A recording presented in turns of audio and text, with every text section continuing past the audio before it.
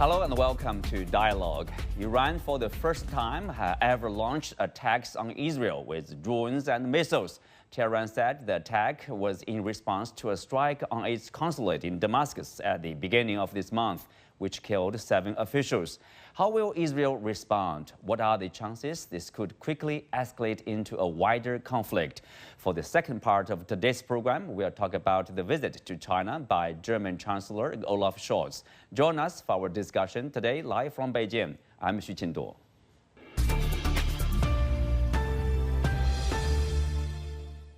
Joining me for the first half of today's show are Professor John Gong from the University of International Business and Economics in Beijing, Dr. Gao Luft, co-director at the Institute for the Analysis of Global Security, and Foad Izadi, associate professor of American Studies at the University of Tehran in Iran.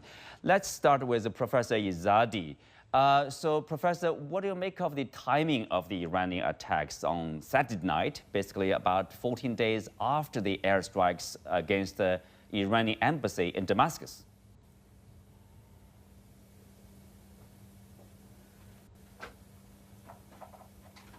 I think the timing is related to the attack on the Iranian consulate. If Iranian consulate was not attacked, we would not be having this show.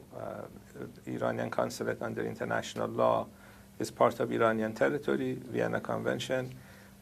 You are not supposed to attack other countries' consulates. You're not supposed to send missiles to these consulates. You're not supposed to kill people inside. We had 7 Iranians killed. 2 of them were generals. Generals were in Syria on the invitation of the Syrian government. So this was a very serious mistake, serious crime by the genocidal regime in Israel, and the Iranian government decided to follow international law. Article 51 of the UN Charter gives countries the right to respond when they're attacked.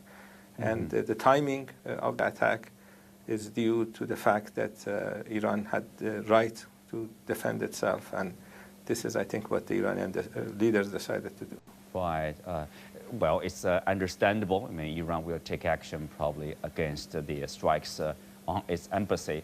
But look, if you look at this, close look at the attacks, drones and missiles, rockets on Israel launched by Iran, many people would ask the question, and if you look at the damage in particular, it has been reportedly minimal.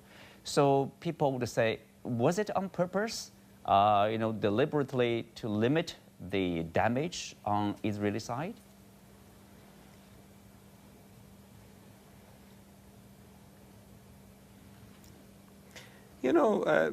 This idea that 99% of the missiles that Iran sent was intercepted the source is Israeli military. The same people that are claiming that they are the most ethical military in the world while they're committing a genocide in Gaza. So I wouldn't take their reports very seriously. There's a Hebrew word for this, haspera, which generally means false propaganda. And they're engaging in haspera. This is a propaganda ploy, I think. Iran is not interested in killing anybody anywhere, but the target was, one of the targets was the airport that was used to attack the Iranian consulate. Other targets were military targets. Iran wanted to make sure that civilians are not hurt, wanted to make sure that civilian areas are not hurt, and that's what you got. Professor, what do you make of this round of confrontation between Iran and Israel? Is it simply between the two countries, as you said, probably tit for tat confrontation between Iran and Israel, or is it also kind of like a spillover of the Gaza conflict?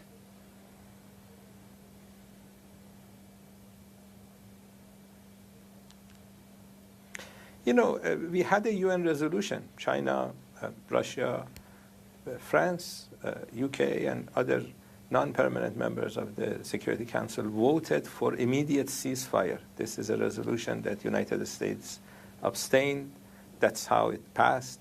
U.S. vetoed previous resolutions at the Security Council, but this one they abstained. That UN resolution, if it was followed, if Israelis had stopped the genocide in Gaza, if they started a ceasefire, you would not have the topic of our conversation today. The fact that we are sitting and talking is due to the Israeli action. They want to continue the genocide. Netanyahu wants to expand the war. He wants to have a military confrontation between Iran and the United States. He has been wanting that since the 1990s. He wants to fight Iran using American soldiers. And so Iranian leaders, as you probably know, sent a message to Washington that U.S. should not get involved. Iran needed to respond. If Iran hadn't responded, the analysis here was that Israelis would attack inside Iran. These type of attacks would continue. So Iranian leaders, I think, wanted to send a strong message. And 2 nights ago, Iranian mission at the UN sent a report and basically said that Iran is done with responding to the attack on the consulate. So anything from now on is going to be Israel's responsibility. If they attack Iran, the message here from the Iranian leaders is going to be, you're going to see the repeat of what you saw 2 nights ago with stronger measures. This is what they have said. Mm-hmm. Well, thank you, Professor. Thank you for joining us. Well, Dr. Gao Luft, I want to also have your opinion on this latest episode of confrontation between Tehran and, Israel here. How serious is it? Well, it's the first time that Israel is attacked directly by a state actor since 1991. The last time Israel faced an attack by a state actor was the first Gulf War, when Saddam Hussein launched missiles at Israel. Since then, over the past more than 30 years, all of the attacks against Israel have been done by non-state actors, Hezbollah, Hamas, and others. And some of them, if not all of them, have been supported by Iran.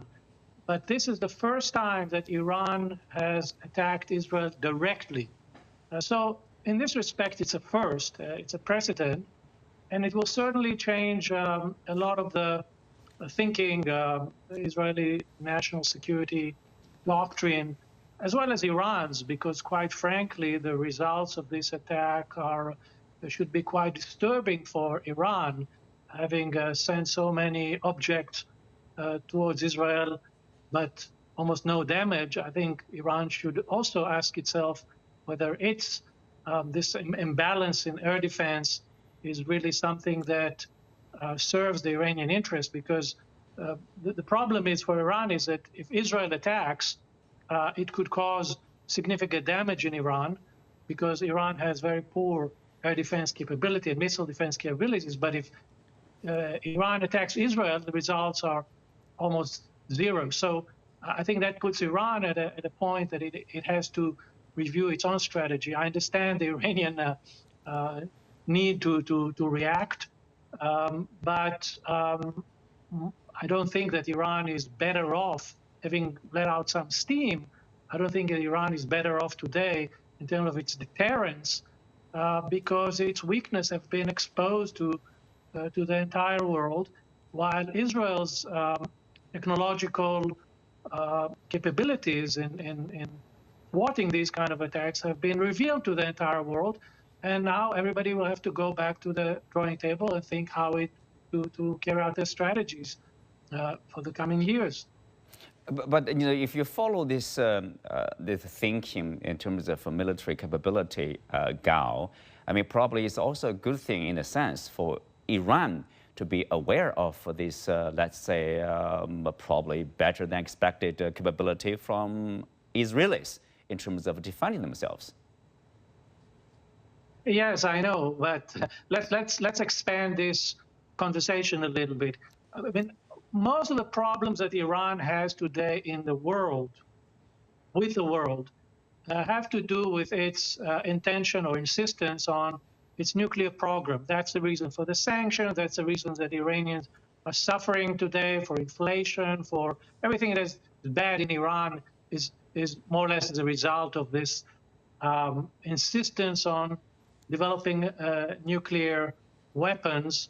And I'm asking, after we've seen what we've seen, what's the justification for Iran to continue down this road when it is very clear that it will be extremely difficult for it to launch a nuclear weapon at Israel with these kind of air defenses and missile defenses?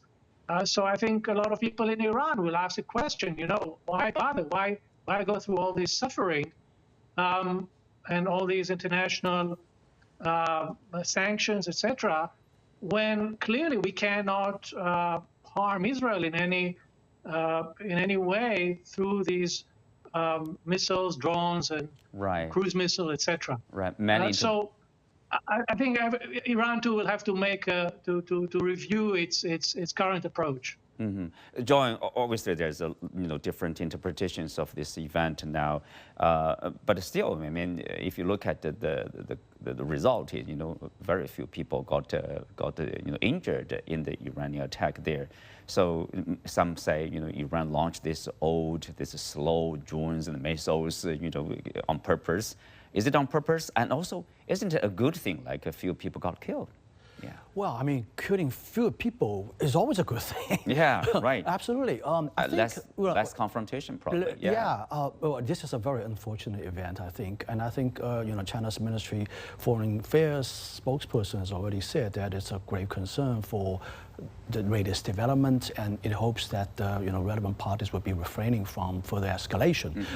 And I certainly hope so. I think that Israel does have a venerable technology in terms of missile defense. The Iron Dome thing. It's it has been proven to be quite effective. But on the other hand, I think Iranian missile development in the past few years has also been quite impressive. And I'm not a military expert here, but I think both countries are making progress in their respective military technologies. But at the end of the day, I think Israel and Iranians have to live together. They are only a few hundred miles apart, and both countries are within missile range. I think the objective of each side of trying to wipe off each country from face of the earth is just totally nonsense to me. So I think Israel has bombed their embassy, the Iranian embassy. Iranian has retaliated, and I hope we can close this chapter and move on. Definitely, we don't want to see a further escalation of events over there. Right. The U.S. basically, President Biden has made it clear that Israel should see it as a win and not to step further in launching offensive against the Iranians. So looking at this politics, domestic politics in Israel, how likely is it that we will call it a day that's over?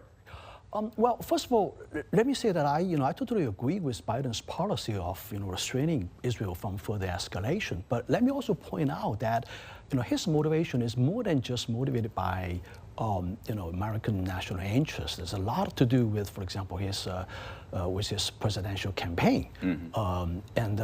As we all know, the Democratic Party is very much polarized, and there's a very large wing within the party that is firmly against the idea of further escalation, right? Yeah. So they want the Gaza thing to stop. On the other hand, I think.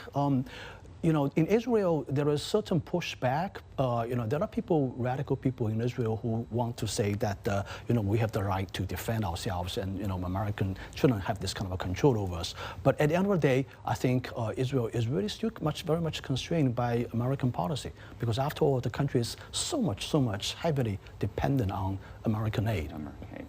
So briefly, Gao, how big a factor is the U.S. influence in Israel's decision to launch offensive or not to launch offensive here?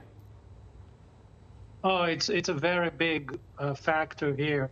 Of course, don't forget Israel still has two big fish to fry. One is having to do with Hamas in Gaza. Another one has to do with Lebanon, the northern border. These are two big problems. both of them require American involvement. So Netanyahu, Prime Minister Netanyahu, cannot afford to snub Biden and say, look, thank you very much for helping us with the Iranians, but from now on we are going to do what we want. That's not how it works. So, so obviously Netanyahu will have to be considerate of the Americans and not surprise them again. One of the most important things is to share with the Americans what the Israelis are about to do, so they don't get caught by surprise, especially at a time like this. And let's not forget that what Biden is most concerned about is an oil price hike, which could undo all of his economic achievements prior to the election. So if there is a war with Iran, oil prices could go up. There could be a lot of trouble, and that could lead to changes in American politics. And that's why I think the Israelis will be very, very attuned to American concerns. All right. Thank you, Gao. Thank you for joining us.